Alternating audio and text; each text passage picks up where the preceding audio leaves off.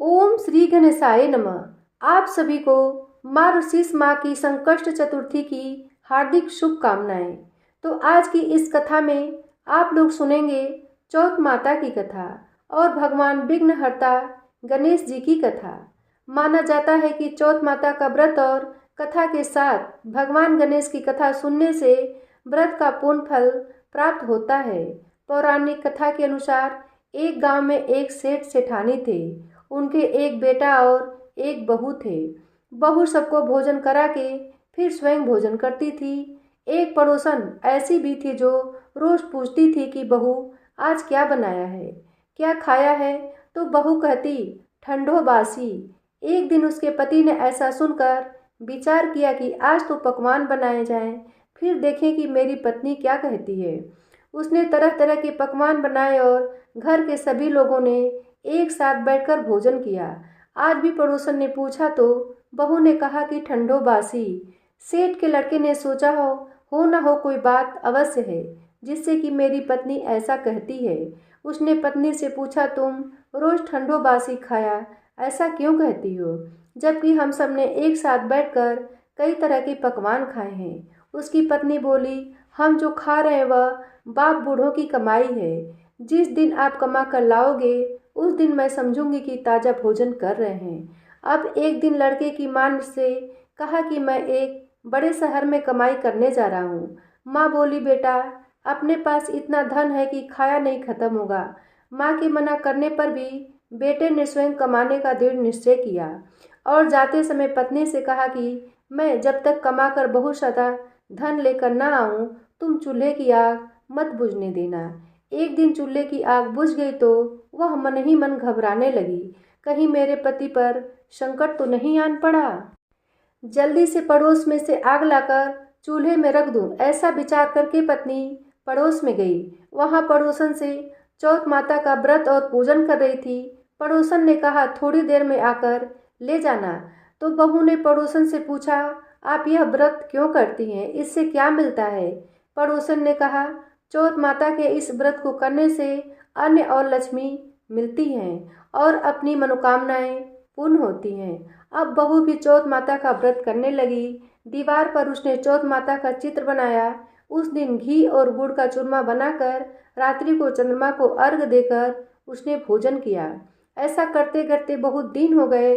चौथ माता ने उस बहू के पति को सपना दिया कि साहूकार का बेटा तू जागे कि सोवे, तेरी पत्नी तुझे बहुत याद करती है। घर जाकर उसकी चिंता मिटा दे। तू दुकान खोलकर कंकु केसर का पगलिया बना के बैठ जा। आज तेरा हिसाब किताब चुकता हो जाएगा।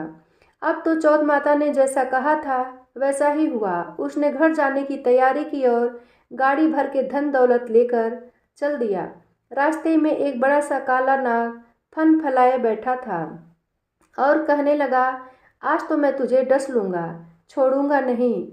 आज तेरी आयु पूरी हो गई है। सेठ के लड़के ने कहा चौथ माता ने मुझे सपना दिया था तो मैं पत्नी से मिलने घर जा रहा हूँ। वहाँ मेरी पत्नी बहुत चिंता कर रही है। मैं उससे मिलकर जरूर आऊँगा, तब मुझे तुम डस लेना।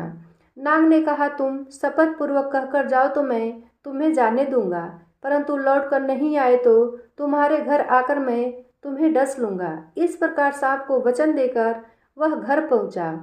वहाँ सभी से हंसी खुशी से मिला और भोजन करके उदास होकर बैठ गया। उसकी पत्नी ने उदास होने का कारण पूछा तो पति ने काले नाग वाली बात बताते हुए कहा कि यदि मैं उसके पास नहीं जाऊंगा तो वह घर आकर ही मुझे डस लेगा। पत्नी बहुत चतुर थी। उसने कहा कि आप घबराओ नहीं, लेट जाओ, मैं एक उपाय करती हूँ। पत्नी ने कमरे की 7 पेड़ी धोई। पहली पेड़ी पर रेत, दूसरी पर इत्र, तीसरी पर गुलाल फूल, चौथी पर कंकु केसर, पांचवी पर लड्डू पेड़ा, छठी पर गादी गलीचा और 7वीं पेड़ी पर दूध का कटोरा भर कर रख दिए। इस प्रकार वह 7 ही पेड़ी सजाकर बैठ गई। आधी रात होने ही नाग आकर पेड़ी चढ़ने लगा। पेड़ी चढ़ते पर रेत में लौट गया और कहने लगा कि सेठ की बीबी ने तो आराम बहुत दिया पर बचनों से बंद कर आया हूँ, सो डसना तो होगा ही। अवश्य इसी प्रकार 7 पेड़ों पर नाग आराम करता हुआ और कहता हुआ डसना तो जरूर है। कमरे में जाने ही वाला था कि चौथ माता ने विचार किया कि मैं इसे नहीं बचाऊंगी। कौन मानेगा।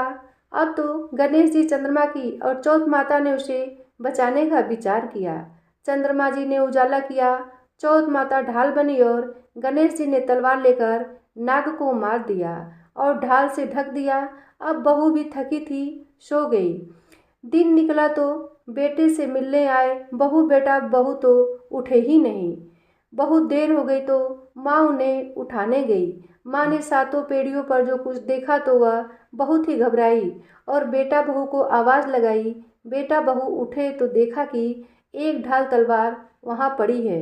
अब ढाल उठाई तो वही काला नाग मरा हुआ पड़ा है। बेटा बहू ने सोचा कि आज तो धर्म कर्म ही आड़े आए हैं, जो भगवान गणेश जी और चौथ माता की अपनी रक्षा की है। हे चौथ माता, आपने जैसी सेठ के बहू की रक्षा की वैसे ही सबकी रक्षा करना। बोलो चौथ माता की जय। भगवान विघ्नहर्ता गणेश कथा सुने बिना चौथ माता की व्रत की कथा अधूरी मानी जाती है। इसलिए अब आप सुनिए भगवान गणेश की कथा। एक समय की बात है कि विष्णु भगवान का विवाह लक्ष्मी जी के साथ निश्चित हो गया। विवाह की तैयारियां होने लगी। सभी देवताओं को निमंत्रण भेजे गए, परंतु गणेश जी को निमंत्रण नहीं दिया गया। कारण जो भी रहा हो, अब भगवान विष्णु की बारात जाने का समय आ गया। सभी देवता अपनी पत्नियों के साथ विवाह समारोह में। उन सब ने देखा कि गणेश जी कहीं दिखाई नहीं दे रहे हैं। तब वे आपस में चर्चा करने लगे कि क्या गणेश जी को न्योता नहीं गया है या स्वयं गणेश जी नहीं आए हैं। सभी को इस बात पर आश्चर्य होने लगा। तभी सबने विचार किया कि विष्णु भगवान से ही इसका कारण पूछा जाए। विष्णु भगवान से पूछने पर उन्होंने कहा कि हमने गणेश जी के पिता भोलेनाथ महादेव को न्योता भेजा है। यदि गणेश जी अपने पिता के साथ आना चाहते हैं तो आ सकते हैं। अलग से न्योता देने की कोई आवश्यकता भी नहीं थी। दूसरी बात यह है कि उनको 1.25 मन मूंग, 1.25 मन चावल, 1.25 मन घी और 1.25 मन लड्डू का भोजन दिन भर में चाहिए। यदि गणेश जी नहीं आएंगे तो कोई बात नहीं, दूसरे के घर जाकर इतना सारा खाना पीना अच्छा भी नहीं लगता। इतनी वार्ता कर ही रहे थे कि किसी ने एक सुझाव दिया, यदि गणेश जी भी आ जाए तो उनको द्वारपाल बनाकर बैठा देंगे कि आप घर की देखभाल करना।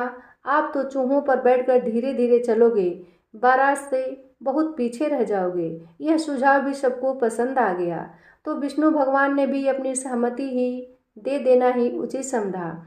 इतने में गणेश जी वहां आ पहुंचे और उन्हें समझा बुझाकर घर की रखवाली करने बैठा दिया गया।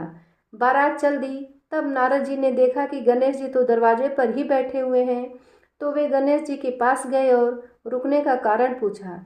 गणेश जी कहने लगे कि विष्णु भगवान ने मेरा बहुत अपमान किया है। नारद जी ने कहा कि आप अपनी मूषक सेना को आगे भेज दें तो वह रास्ता खोद देगी, जिससे उनके वाहन धरती में धंस जाएंगे। तब आपको सम्मानपूर्वक बुलाना ही पड़ेगा। अब तो गणेश जी ने अपनी मूषक सेना जल्दी से आगे भेज दी और सेना ने जमीन खोलकर पुल कर दिया। जब बारात वहां से निकली तो रथों के पहिए धरती में धंस गए। लाख कोशिश करने पर भी परंतु पहिए नहीं निकले। सभी ने अपने अपने उपाय किए, परंतु पहिए तो निकले ही नहीं, बल्कि जगह जगह से टूट गए। किसी की समझ में नहीं आ रहा था कि अब क्या किया जाए। अब तो नारद जी ने कहा, आप लोगों ने गणेश जी का अपमान करके अच्छा नहीं किया है। यदि उन्हें मना कर लाया जाए तो आपका कार्य सिद्ध हो सकता है और यह संकट टल सकता है। भगवान शंकर ने अपने दूत नंदी को भेजा और वे गणेश जी को लेकर आए। गणेश जी का आदर सम्मान के साथ पूजन किया। तब कहीं रथ के पहिए निकले। अब रथ के पहिए निकल तो गए, परंतु वे टूट फूट गए, तो उन्हें सुधारे कौन। पास के खेत में खाती काम कर रहा था, उसे बुलाया गया। खाती अपना कार्य करने के पहले श्री गणेशाय नमः कहकर गणेश जी की वंदना मन ही मन करने लगा। देखते ही देखते खाती सभी पहियों को ठीक ही कर दिया। तब खाती कहने लगा कि हे देवताओं, आपने सर्वप्रथम गणेश जी को नहीं मनाया होगा और ना ही उनका पूजन किया होगा, इसलिए तो आपके साथ यह संकट आया है। हम तो मूर्ख अज्ञानी हैं, फिर भी पहले गणेश जी को ही पूजते हैं, उनका ध्यान करते हैं। आप लोग तो देवतागण हैं, फिर भी आप गणेश जी को कैसे भूल गए। अब आप लोग भगवान श्री गणेश जी की जय बोल जाएं तो आपके सब काम बन जाएंगे और कोई संकट भी नहीं आएगा। अब सभी अपनी अपनी गलती का पश्चाताप हुआ और सबने भगवान गणेश की जय जयकार करते हुए और बारात वहां से चल दी और विष्णु भगवान का लक्ष्मी जी के साथ विवाह संपन्न करा के सभी सकुशल घर लौट आए। गणेश जी महाराज, आपने जैसे विष्णु भगवान के कार्य को सिद्ध किया वैसे सभी के कार्य को सिद्ध करना। बोलो गणेश जी की जय हो।